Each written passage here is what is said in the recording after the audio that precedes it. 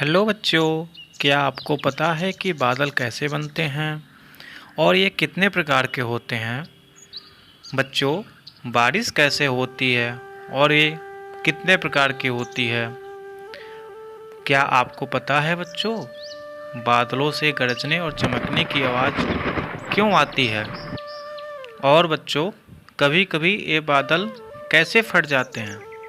यदि आपको ये नहीं पता है तो आप कहीं मत जाइएगा। आज हम लोग इन्हीं सब बारे में जानेंगे।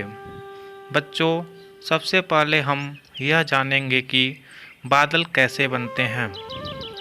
बच्चों, हमें पता है कि हमारी पृथ्वी पर 71% पानी और 29% भूभाग है। जब सूरज की किरणें हमारे पृथ्वी पर पड़ती है तो उस किरणों की गर्मी के कारण हमारे पृथ्वी पर स्थित समुद्र, नदी, तालाब, झीलों में मौजूद पानी की बूंदें भाप बनकर ऊपर की ओर उठती है। बच्चों, हम जानते हैं कि भाप हवा से हल्की होती है, इसलिए यह ऊपर की ओर उठती जाती है। बच्चों, हम यह भी जानते हैं कि पृथ्वी से हम जितनी ऊंचाई पर जाएंगे, वहाँ का तापमान पृथ्वी के तापमान से कम होता चला जाता है। उदाहरण के तौर पे पहाड़ी क्षेत्रों का तापमान को लेते हैं। पहाड़ी क्षेत्रों का तापमान हमारे नीचे भूतल के तापमान से कम होता है।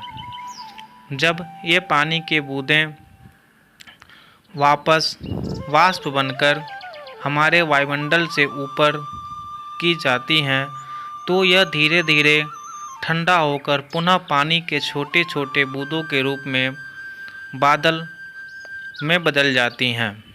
और ये बूंदें इतनी हल्की होती हैं कि ये हवा में तैरती रहती हैं।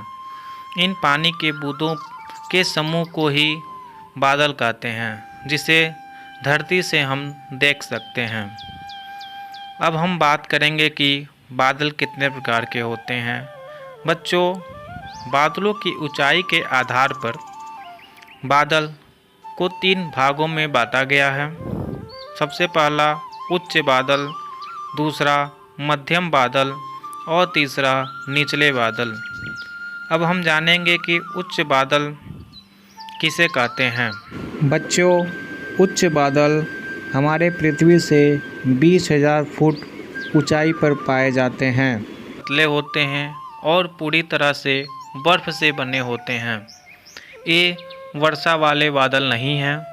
जब इस प्रकार के बादल आसमान में दिखते हैं तो इसका मतलब है कि मौसम अच्छा रहेगा। उच्च बादल भी 3 प्रकार के होते हैं। पहला श्रेयस बादल। श्रेयस बादल वो बादल हैं जो 6,000 मीटर के ऊंचाई पर पाए जाते हैं।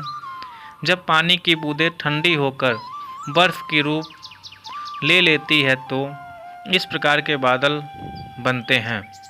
दूसरा है सीरोस्ट्रेटस बादल। ये ऊंचाई पर पाए जाने वाले पतले एवं समरूप यूनिफॉर्म परत वाले बादल हैं, जिसके अंदर बहुत सारे बर्फ़ के टुकड़े होते हैं। इस प्रकार के बहुत सारे बादल एक साथ मिलकर होलो का निर्माण करते हैं। और तीसरे सीरोकुलमस बादल। ये छोटे आकार के बादल हैं जो आकाश में एक लाइन में बहते हुए दिखाई देते हैं। इसका रंग सफ़ेद होता है, लेकिन हमारी पृथ्वी से एक ग्रे रंग के दिखते हैं। अब हम बादल के दूसरे प्रकार यानी मध्यम बादल के बारे में जानेंगे। हमारी पृथ्वी से 2000 मीटर से 6000 मीटर के बीच के बादलों के समूह को मध्यम बादल कहते हैं। इसे अल्टो बादल के नाम से भी जानते हैं। आसमान में इस प्रकार के बादल दिखना मतलब भारी बारिश एवं तूफान का होने का संकेत को दर्शाता है। मध्यम श्रेणी के बादल 2 प्रकार के होते हैं। पहला है अल्टोस्टेरस बादल। इस प्रकार के बादल हमेशा समूह में एक दूसरे से जुड़े हुए रहते हैं एवं ग्रे रंग के दिखाई पड़ते हैं। बादल के हल्के भागों में सूर्य की पतली डिस्क के रूप में दिखाई देती है। जब तूफान, बर्फबारी एवं बहुत तेज बारिश होने वाली होती है तो इस प्रकार के बादल दिखाई देते हैं। दूसरा, अल्टो कुमुलस बादल। यह गहरे रंग के बादल हैं। ये बादल बारिश होने से पहले और उसके दौरान दिखते हैं। अब हम अपने आखिरी यानी तीसरे प्रकार की बादल के बारे में बात करेंगे। लोअर क्लाउड के बारे में जानेंगे। यह बादल हमारे पृथ्वी से 2000 मीटर के नीचे पाए जाते हैं। इनको स्ट्रेटस बादल के नाम से भी जानते हैं। यह घने व गहरे रंग के बादल हैं जो छोटे छोटे आकार के आकाश में फैले रहते हैं। इसके भी 3 प्रकार हैं। पहला, स्ट्रेटोकुमुलस। यह गहरे, गोलाकार एवं भारी बादल हैं जो लहरों के समान दिखते हैं। दूसरा, स्ट्रेटस। यह गहरे ग्रे रंग के बादल हैं जो धुंध के समान दिखाई पड़ते हैं। अगर यह बादल गर्म है तो बारिश होगी, यदि ठंडा होता है तो बर्फबारी होगी। तीसरा है निम्बो स्ट्रेटस। इनका बारिश वाले बादल कहा जाता है एवं यह गहरे और घने होते हैं।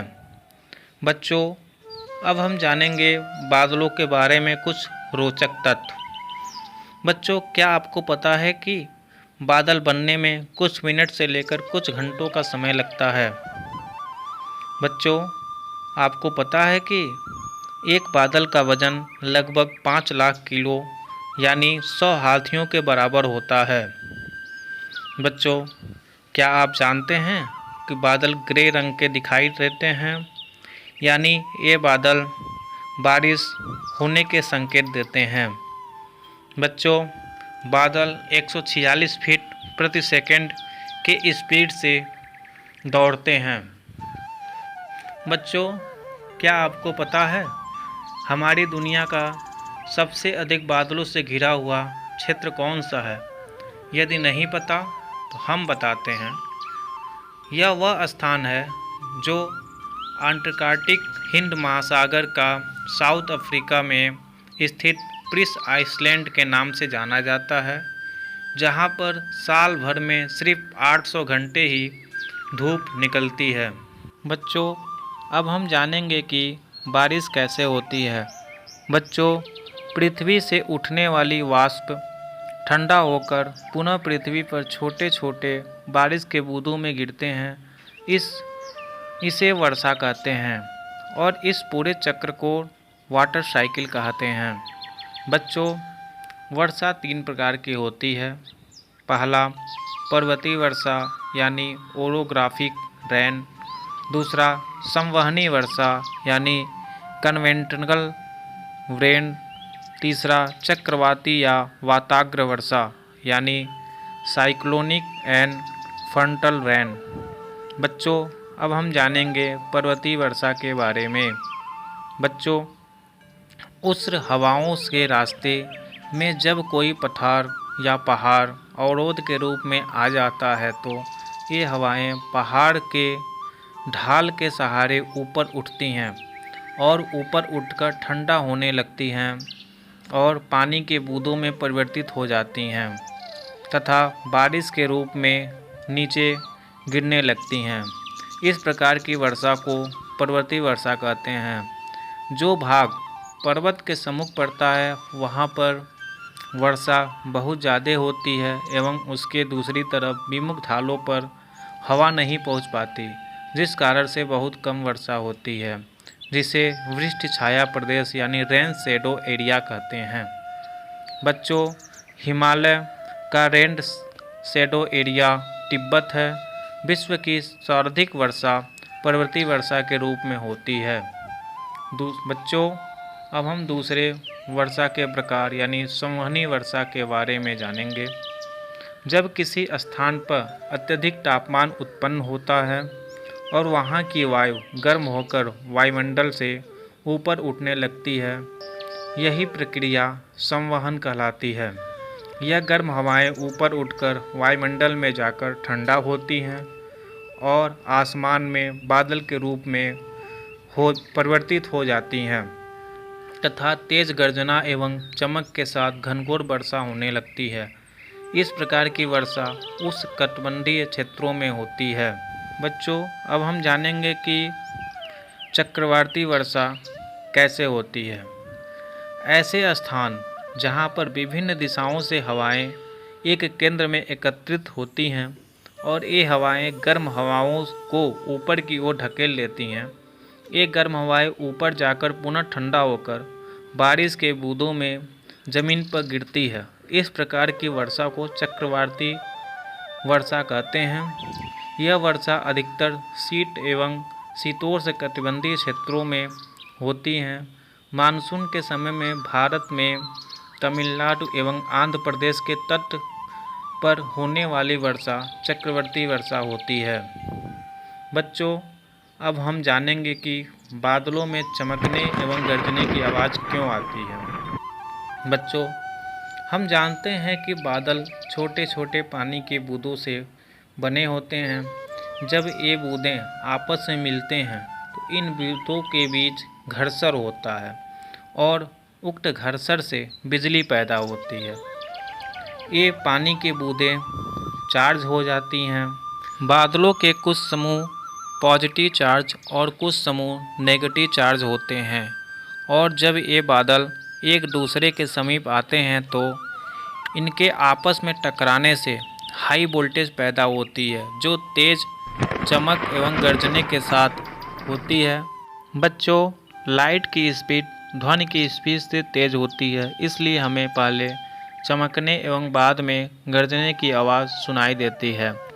बच्चों, आकाशीय बिजली गिरने से हमारे भारत में प्रतिदिन औसतन 4 से 5 लोगों की मौत होती है। बच्चों, अब हम अपने अंतिम टॉपिक यानी बादल कैसे फट जाते हैं के बारे में चर्चा करेंगे। बच्चों, जब ठंडे बादल आसमान में एक जगह पर संगठित होने लगती है और पानी के बूंदों आपस में जुड़ने लगती है तो बादल के घनत्व बढ़ जाती है और इस संघनित बादल के नीचे की गर्म हवा ऊपर उठने लगती है तो एक साथ कई हजार गैलन पानी ज़मीन पर गिरने लगती है, जिसे बादल का फटना कहते हैं। यह घटना अक्सर पर्वतीय क्षेत्रों में होती है। हमारे भारत में बादल फटने की घटना मुख्यतः उत्तराखंड एवं हिमाचल राज्यों में होती है।